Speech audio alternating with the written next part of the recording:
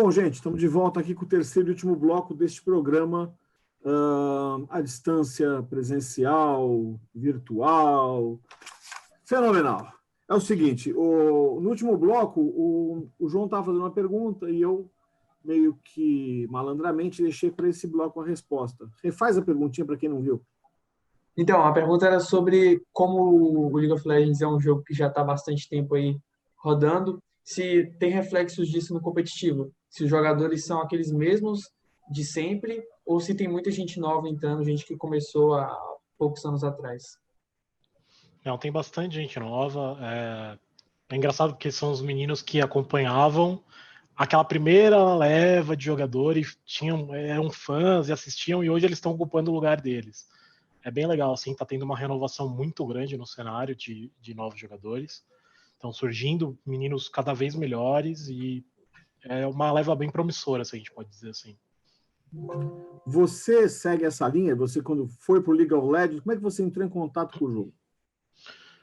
Eu jogava muito Counter-Strike, e aí um amigo meu me mostrou o League of Legends, eu joguei na casa dele.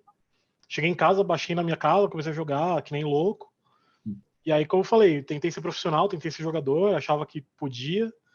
Na época eu cheguei até num ranking relativamente alto, mas vi que não era pra mim. Qual que E aí, era, né? eu cheguei em Diamante 3, né? Na época que não tinha mestre nem nada. Era Diamante 3, Diamante 2, Diamante 1 e Challenger. Então eu cheguei relativamente próximo. Cheguei a enfrentar alguns profissionais na fila ranqueada, mas percebi que não dava pra mim. Então comecei a procurar os times, né? Pra dizer que eu queria trabalhar com eles e fui colocando a cara, assim. Basicamente eu fui falando, oi, eu quero trabalhar aqui, me dá uma chance. Trabalhei de graça por muito tempo. Que idade você está, Eric? Eu tô com 29. 29. E dá para viver disso, de esporte hoje em dia? Dá. Bem tranquilo. Mas ainda não tem essa influência, esse poder econômico por trás. Bom, você pega um time do Flamengo, um jogador do Flamengo hoje, ele ganha bem? Tudo depende do jogador. Se é um jogador já consagrado, se ele já tem Não, um títulos cara na carreira. da equipe que foi campeã. Eles ganham bem. Para meninos da idade deles, eu não sei o salário dos meninos, obviamente, porque eu não trabalho nas equipes deles, mas o cenário tem bons salários a ponto de você poder viver tranquilamente do jogo. Não, eu sei que você não sabe o valor, nem vou te pedir que diga isso, mas você pega em futebol, você vê que tem jogadores que ganham 400 mil, 300 mil, 200 mil. Não, ainda não chegamos nisso. Eu sei, mas assim, se você fosse colocar em casa de valor, o que? Uns 30, 20 mil reais, uma coisa assim? Um bom salário. O que é um bom salário dentro do League of Legends para um jogador profissional? Tem jogadores que chegam a ganhar nessa casa de 30 e tal, um pouco mais, um pouco menos.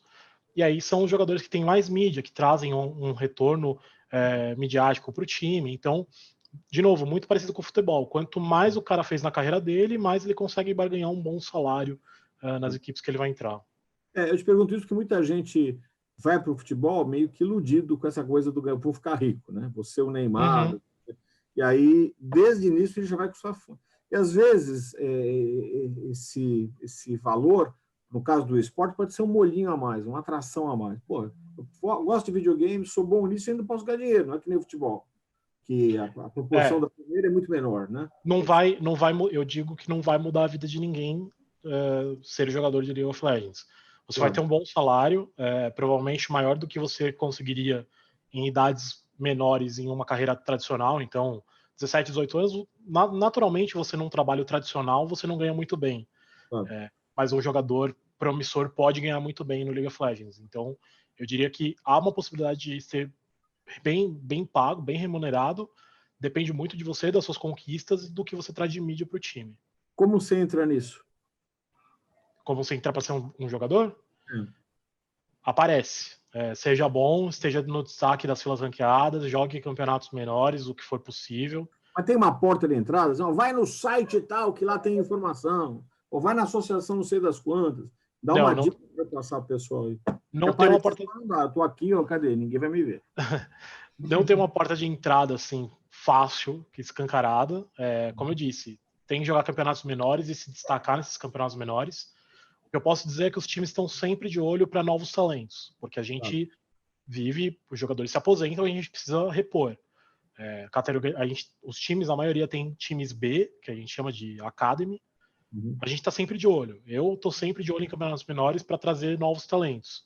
Legal. A gente anseia por ter novos talentos no cenário.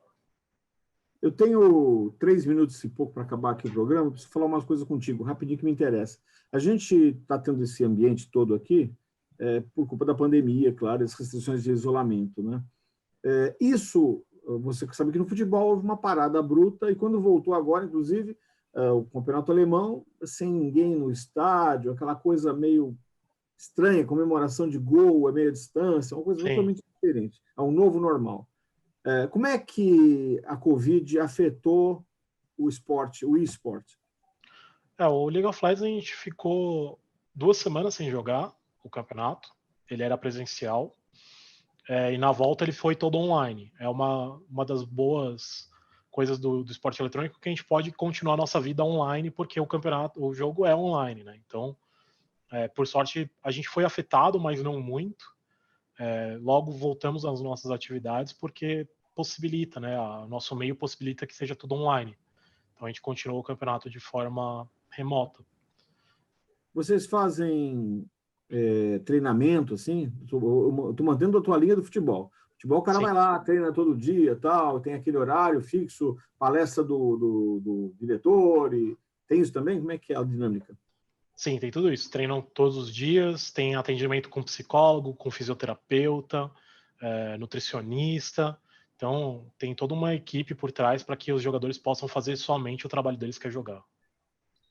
E nessa mesma pegada do Covid, da pandemia e tal, eu tenho uma pergunta para fazer como fã também, e como head coach que trabalha nessa parte de administração dos times e do campeonato.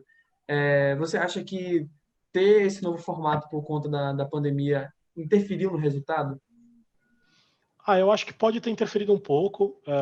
Por exemplo, a Kabum, que foi o time campeão, o Tuts, que é o mid laner deles, estava estreando como profissional e talvez o palco de uma final pudesse ter abalado ele, ou não, ele podia ter crescido, a gente nunca vai saber disso. Do mesmo jeito que eu acho que o Flamengo, que foi o vice-campeão, poderia ter crescido numa final presencial com a torcida, etc. A gente nunca vai saber isso, vai ser impossível de dizer, vai ficar só no si mesmo. Eu acredito que a Kabum foi um time muito bom esse ano, eles mereceram o título, na minha opinião. Mas presencialmente poderia ter mudado, porque esses pequenos detalhes fazem a diferença, né?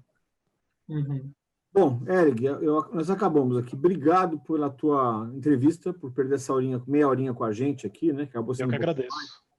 E boa sorte com a tua carreira e que mais gente adote esse esporte aqui, né? Que ele cresça pra gente, tá bom? Um abraço, gente. Obrigado, viu, Eric? Obrigado. Bom, valeu. Legal. Até mais para todos aí.